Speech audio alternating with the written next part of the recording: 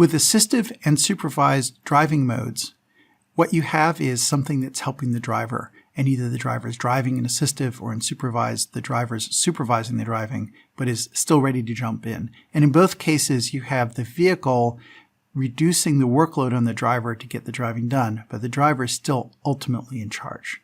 So you're hoping to reduce driver stress and reduce control mistakes. Active safety systems are a type of ADAS that helps in this regard.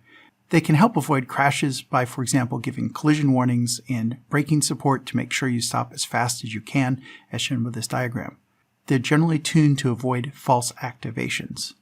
The problem is that if you're driving down the highway and all of a sudden the car stops for no reason, somebody could get hurt, especially if you're being followed by a heavy truck that's not so quick on the brakes. And so a driver support system is typically designed so that it will intervene whenever it's sure it can intervene, but it will try and minimize false activations. Because after all, the driver should not have gotten into a situation where the support was needed, and the support is just helping out. It's not responsible for the safety.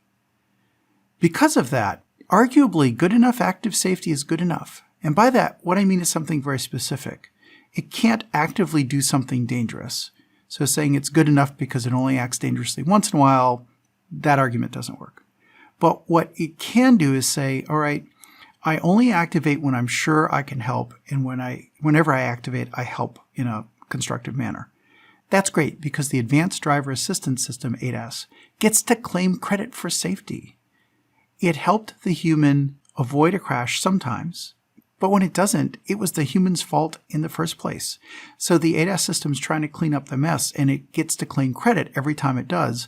But if there's a bad outcome and the ADAS couldn't prevent it, well, that's really the human driver's fault.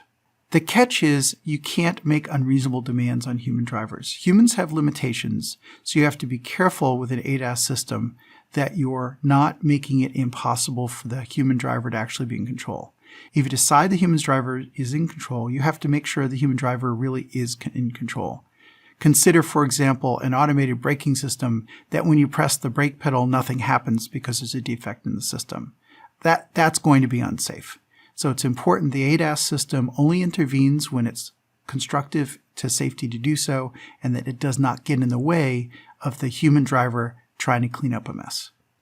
A super important point here is that unaided humans are really terrible at monitoring boring automation.